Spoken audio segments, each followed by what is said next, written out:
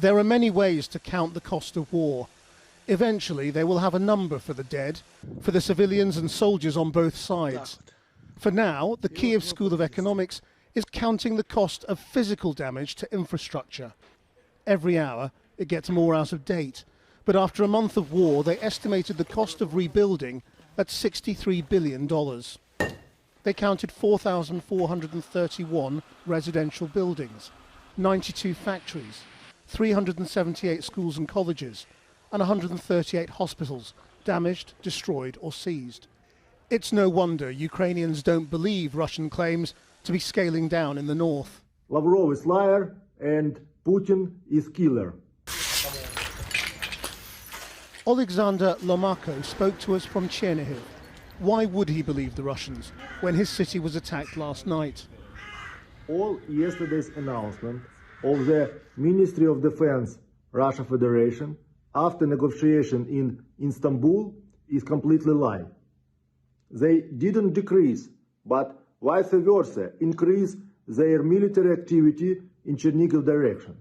Yesterday at night, our city were bombed by plane, by artillery and heavy weapons, and they destroyed a lot of buildings all around the city and our historical center also. Missile strikes and artillery can be used to cover a military withdrawal. The Russians say they are regrouping to focus on key areas, but Ukraine says they've seen no evidence of large Russian movements. Both sides are watching each other from the air. The Russians even released footage of surveillance drones to show how they know what the Ukrainians were up to.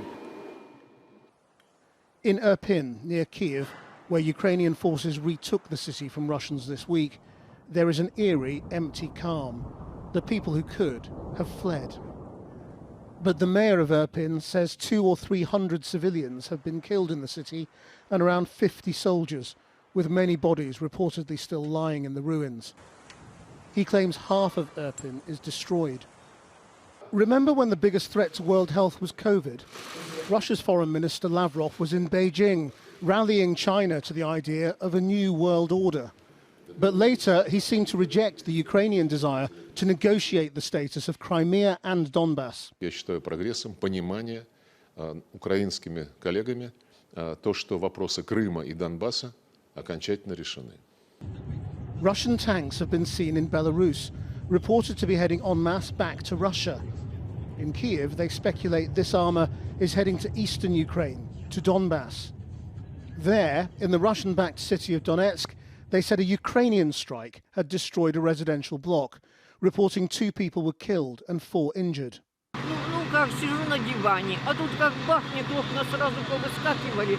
Все повыскакивало, груда этого самого, рамы выскочили. Я ничего не поняла. This kind of attack is what Russia says has been going on for 8 years, and which its military action against Ukraine is intended to stop. The Ukrainians say Russia had been pounding their territory at the same time this is alleged to have happened. At the hospital in Zaporizhzhia, they are still taking in more children from Mariupol. 11-year-old Milena was in a car that came under fire just after passing a Russian checkpoint. Просто я помню, потеряла сознание, звон в ушах, темнота, потом открываю глаза, когда меня мама держит на руках, ложит на землю и начинает кричать, звать на помощь. Прибегают военные, берут меня на руки, пытаются остановить кровь. Dima is crying out for his dad. Is he coming, he asks. The nurses reassure him that he will be there. But Dad is being treated in another ward of the hospital, also injured. Well, earlier I spoke to Ihor Zhovka, one of President Zelensky's top advisors, and I began by asking him how he thought negotiations were going, given the Russian Foreign Minister Sergei Lavrov had said they were proceeding satisfactorily. Well, yesterday there was a round of negotiations where finally Russia, instead of only giving its ultimatums, red lines, started to listen to the position of the Ukrainian delegation and also was ready to receive the draft document Ukraine provided containing possible security guarantees for Ukraine. They have looked at your document, but have they given you any indication that they're interested in talking about it? Because, for example, on Crimea, Russia says it's not prepared to discuss the status of Crimea. As far as they're concerned, it is Russian, whereas you want a 15-year process to actually decide the status of that land. So, I mean, are you very far apart, do you think, in terms of your actual positions? Well, we're still far apart, but we're a little bit closer than we used to be in the beginning of the negotiations. As far as the possible status of Crimea and Donbass are concerned, this should be further negotiated on the highest level, on the level of presidents of Ukraine and Russia. But once again, our clear position is we do not trade away or giving away any single inch of Ukrainian territory. Your position is also that Russian forces need to withdraw to pre-February 24th positions. Do you think that's even remotely possible? Any serious negotiations or a conclusion of any international document should be preceded by the ceasefire and, yes, withdrawal simultaneous, even before that. What do you believe Russian forces are doing now north of Kiev? The Russians say they are regrouping. Do you believe they are actually withdrawing? It looks much closer to regrouping rather than withdrawing. And if you take the last night or today development of events, there are still shellings, there are still bombardments, there are still missiles and airstrikes. So unfortunately, currently, this is not the case. But again, we are hoping that something which is declared officially should be implemented off the ground. Otherwise, what's the trust for the declarations, or what the trust to any agreements signed? You say these things must be decided at the highest level. You're talking then about face-to-face talks between President Zelensky and President Putin. Is that what you mean? There has to be this meeting, because there are still lots of issues which cannot be solved on the level of delegation, including the issues you mentioned, including the issues on Crimea and Donbass. You're sounding, in a way, cautiously optimistic. Do you believe that an end to the war is in sight? Or do you think it is still possible this could drag on a long time? We are ready and we are hoping, and we see absolutely possibility to end this war in a near future. Mr. Zhofka, thank you very much indeed. Thank you. Well, Germany has begun preparations for a possible interruption to Russian gas supplies. 40% of German gas imports come from Russia, but President Putin has demanded that these should now be paid for in rubles rather than dollars or euros. Germany and other Western countries have rejected that idea, raising the possibility that the Kremlin could cut them off. Sind in einer Situation, wo ich klar sagen muss, dass jede eingesparte Kilowattstunde Energie hilft. Und deswegen würde ich gerne die Ausrufung der Frühwarnstufe mit dem Appell an Unternehmen wie private Verbraucherinnen und Verbraucher verbinden, dass sie uns helfen, dass sie Deutschland helfen, dass sie der Ukraine helfen, wenn sie Gas oder Energie insgesamt einsparen.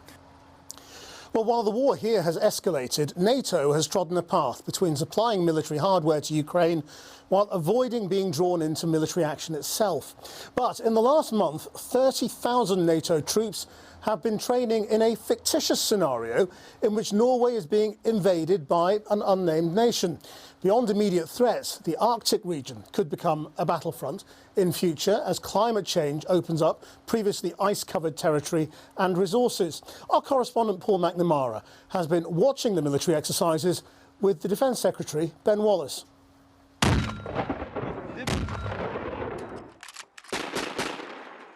High Arctic on high alert.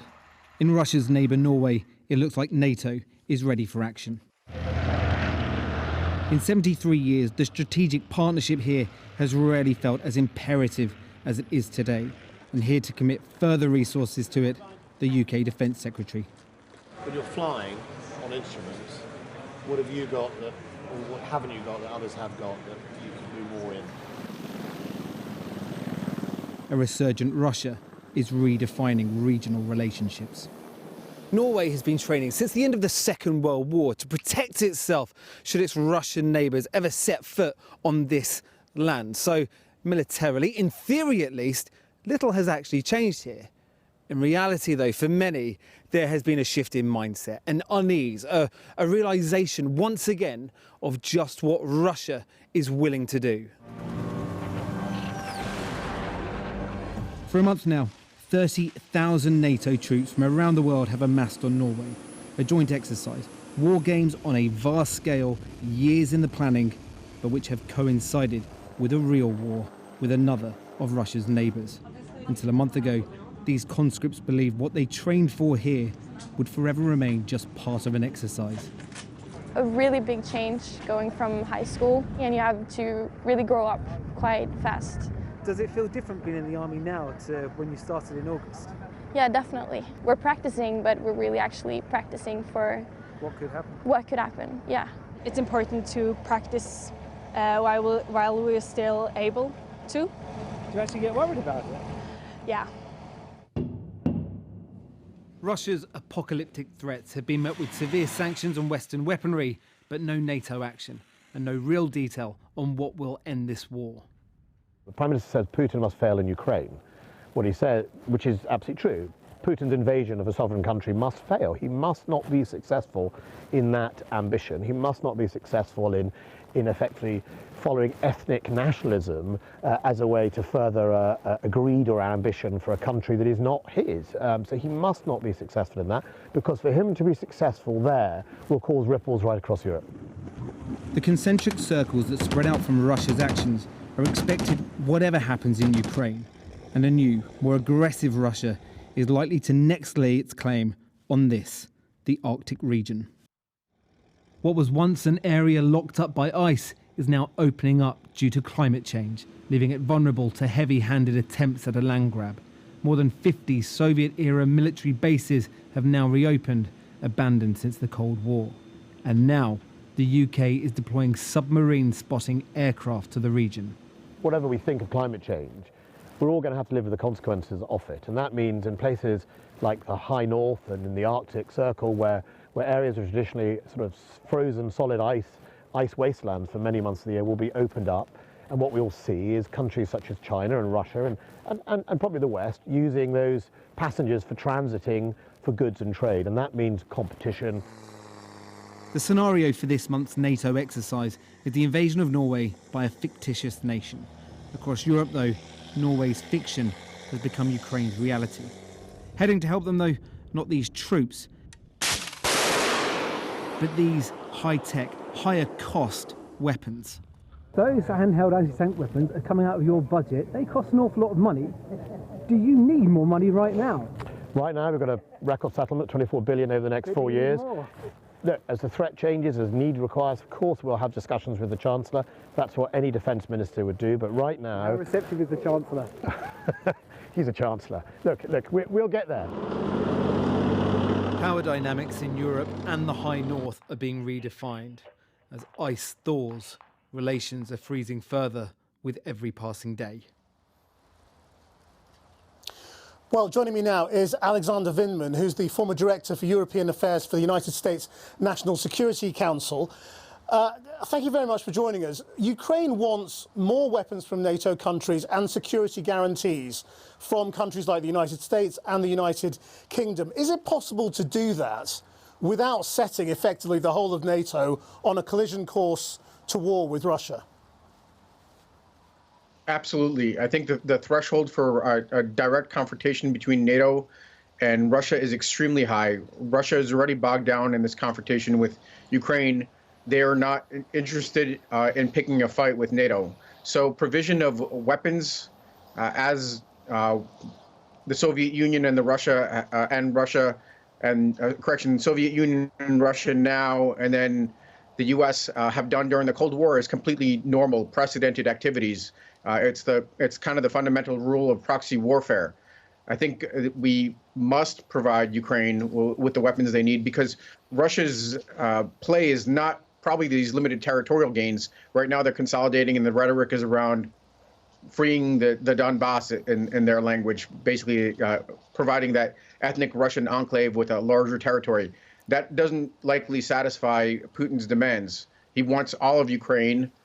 He couldn't achieve it in his initial military offensive, so he shifted to a different tactic, and that tactic is going to be incremental, focusing on a main effort in the east, and then he's going to have broader aspirations if he's successful there. So the ultimate goal is so to what do you think defeat is going on in the militarily. north? Right. So the ultimate goal has to be to defeat him militarily. Right now, they're holding in the north because they don't have the combat power to operate in the north around Kiev, around Kharkiv, around Chernihiv, as well as the east and the south.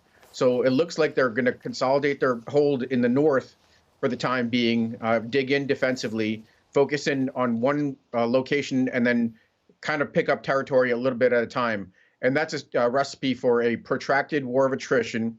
In Russia, a country of 140 million people and a massive industrial base, is unfortunately likely to on the winning end of that equation, unless Ukraine has the resources it can to defeat a large portion of Russia's army in detail. Now, you, of course, are also famous as the man whose evidence led to the impeachment of Donald Trump. You have described Donald Trump as a traitor today on social media. Can you explain that? Sure. I think the fact is that he has set the conditions for this war between Russia and Ukraine. He presented the opportunity that the U.S. was distracted or disinterested, or frankly, from his perspective, supportive of Putin's territorial gains and belligerence. And not only is that a threat to Ukraine, not only is that a threat to NATO and European stability, it's frankly a direct threat to the U.S. because this is already a large-scale war with spillover in the economic domains with regards to sanctions and counter-sanctions. The earlier story about Russia looking to potentially block oil trade is going to have an impact. Information war that has been at a high roar for some time, cyber war on the horizon. I think the fact is that we're on the cusp of a broader war if this isn't managed carefully, and you have Donald Trump, the former president, continuing to cheerlead for the enemy. That's why, to me, that he's clearly a traitor. Because his supporters obviously say that he would have prevented this war from happening. That's comical. I think the fact is that he set the conditions for this war. It was back in 2019 when he first tried to extort an investigation into President Zelensky that set the template, made Ukraine radioactive, and set the template for half of America's political elite to rally around President Trump and his support of President Putin. That is the real story here. I think it would, under optimal circumstances for Putin, Trump would have been in for a second term in office. He would have wrecked NATO, and it would have been a cakewalk for Putin to seize Ukraine, because you wouldn't have a high cost. You wouldn't have this rally around Ukraine, these unprecedented sanctions unfolding. Unprecedented as though they may be, I must say that there's more to be done on sanctions and weapons provision front. But that's what he was expecting. And if we recall, this campaign started to build up in the spring of last year, in 2021, as a result of Trump losing and the fact that Russia had to strike out and take action then. Otherwise, it would just get continuously harder. The support for Ukraine would continue to pour in. It would just make it impossible for Putin to try to make it an easy operation. Clearly, he had some sense of that. He understood that the longer he waited, the harder it would be. He had no idea it was going to be quite this painful with the punishing effects of the Ukrainian military on the Russian armed forces. But that's why he took action. He took action as soon as Trump got out of office. Thank you very much indeed for joining us. Thank you for your time.